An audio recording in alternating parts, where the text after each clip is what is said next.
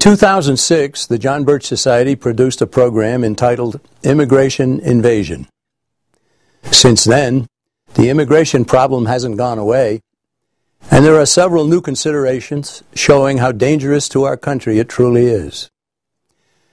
Illegal entrants continue to cross the border into America, but the economic downturn has impacted the number, and several states that have had minor success dealing with the problem have slightly cut into the number already here and into the number continuing to cross our border. But new attempts to deal with the illegal immigration problem by granting amnesty to millions continue to surface. We take a look at these developments as we update what we stated in 2006. To begin, I want to stress the importance of a document that every American knows exists. It's called the Constitution of the United States. Every politician, of course, swears to abide by it, and every citizen should be familiar with it.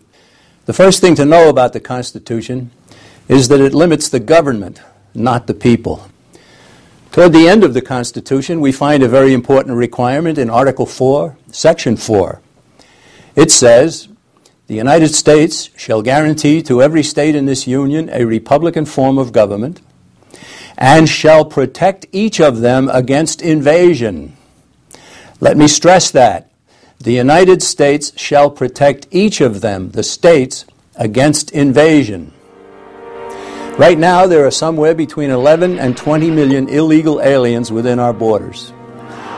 Many have entered by crossing the border separating our nation from Mexico. If this isn't an invasion, what is it? Proponents of this mass movement of humans have certainly called it an invasion. Mexican commentator Carlos Loret de Mola celebrated this drastic demographic change in an article for Mexico's Excelsior magazine as far back as 1982. His article carried the title, "The Great Invasion, Mexico Recovers Its Own." Loret de Mola wrote, "A peaceful mass of people carries out slowly and patiently an unstoppable invasion, the most important in human history. It seems to be slowly returning the southwestern United States to the jurisdiction of Mexico without the firing of a single shot by means of a steady, spontaneous, and uninterrupted occupation."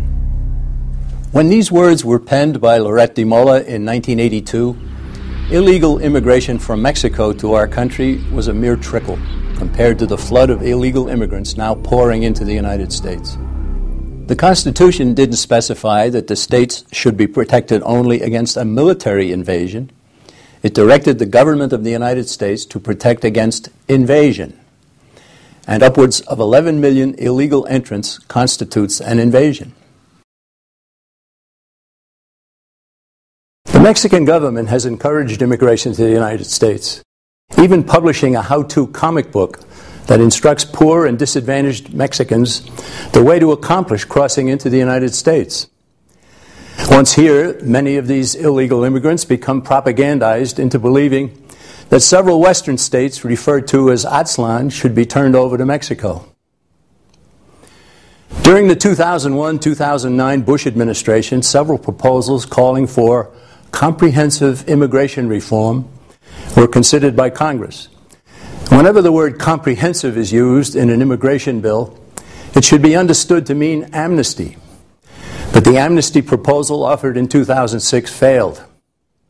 Another similar measure, introduced in 2007 by Senators McCain and Kennedy, had the strong backing of President Bush, but it also failed to gain passage. Grassroots Americans and several groups focusing on the immigration problem, especially on the drive for amnesty, prevailed. Barack Obama is now in the White House. During his campaign for the nation's highest office, Mr. Obama enthusiastically promised, in a speech to the pro-amnesty group National Council of La Raza, that he would use his position to promote comprehensive immigration reform. Again, comprehensive translates to amnesty. He told La Raza's cheering throng that he would bring those 12 million people out of the shadows, thereby acknowledging that there are indeed that many illegal entrants in our nation. Let me now introduce my colleague, William F. Jasper, senior editor of the biweekly magazine The New American, a John Birch Society affiliate. Mr. Jasper has investigated Mr. Obama's friends at the National Council of La Raza, and Mr. Jasper has also uncovered who funds La Raza. We have now a huge number of activist organizations here in the United States who exist principally to stir up and agitate these new immigrant populations into anti-American activities, not to assimilate, but to create cadres within the American population that will constantly be agitating for more and more government programs, for more and more civic turmoil. The presidents of La Raza said a few years back, he said, we wouldn't have a Latino or Mexican-American movement in this country without the Ford Foundation.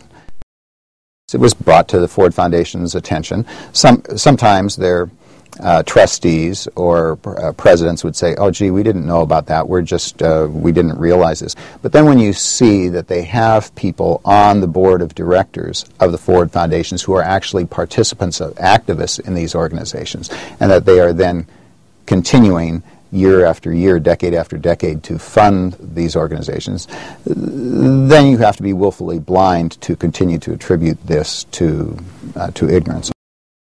In late 2009 and early 2010, new comprehensive immigration reform bills were introduced in both the House and the Senate. Both bills immediately attracted a sizable number of co-sponsors. An even newer bill introduced in the Senate by Democrat Charles Schumer of New York and Republican Lindsey Graham of South Carolina is receiving significant attention. But a 2009 poll of 20,000 Americans taken by the respected Zogby firm showed that men and women in virtually all walks of life want enforcement of existing laws to solve the problem. They want the border protected. They want enforcement of laws prohibiting the hiring of illegal immigrants. And they don't want amnesty because they know that previous amnesties mandated by Congress led immediately to more border crossers. Almost all politicians, reporters, radio and television commentators, professors, and others customarily refer to the millions of invaders as undocumented workers, or guest workers, or job-seeking immigrants. But the reality is that the millions who have come here uninvited have thumbed their noses at our laws and entered the United States illegally. Their invasion has produced many serious consequences. The illegal immigrants have created enormous financial drains on states and communities where they have migrated, forced many hospitals out of business because of having to care for immigrants who have no funds. In Southern California alone, dozens of hospitals have closed their doors. Inundated the schools with their children and demanded that they receive instruction in their native language rather than in the language of our nation, English. They have also filled the prisons with their criminal element in highly impacted areas. 30% of federal prison inmates, the perpetrators of violent crimes, are illegal aliens. They have brought with them drugs and other contraband that harms Americans, formed criminal gangs and syndicates that terrorize various communities, refused to assimilate or even to aspire to gain citizenship. They have demanded the return to Mexico of several southwestern states, flown the flags of foreign nations, heaped scorn on the Stars and Stripes, and even produced their own Spanish-language version of the Star-Spangled Banner. They have accepted work at reduced scales with the result that pay scales for poorer Americans have been lowered.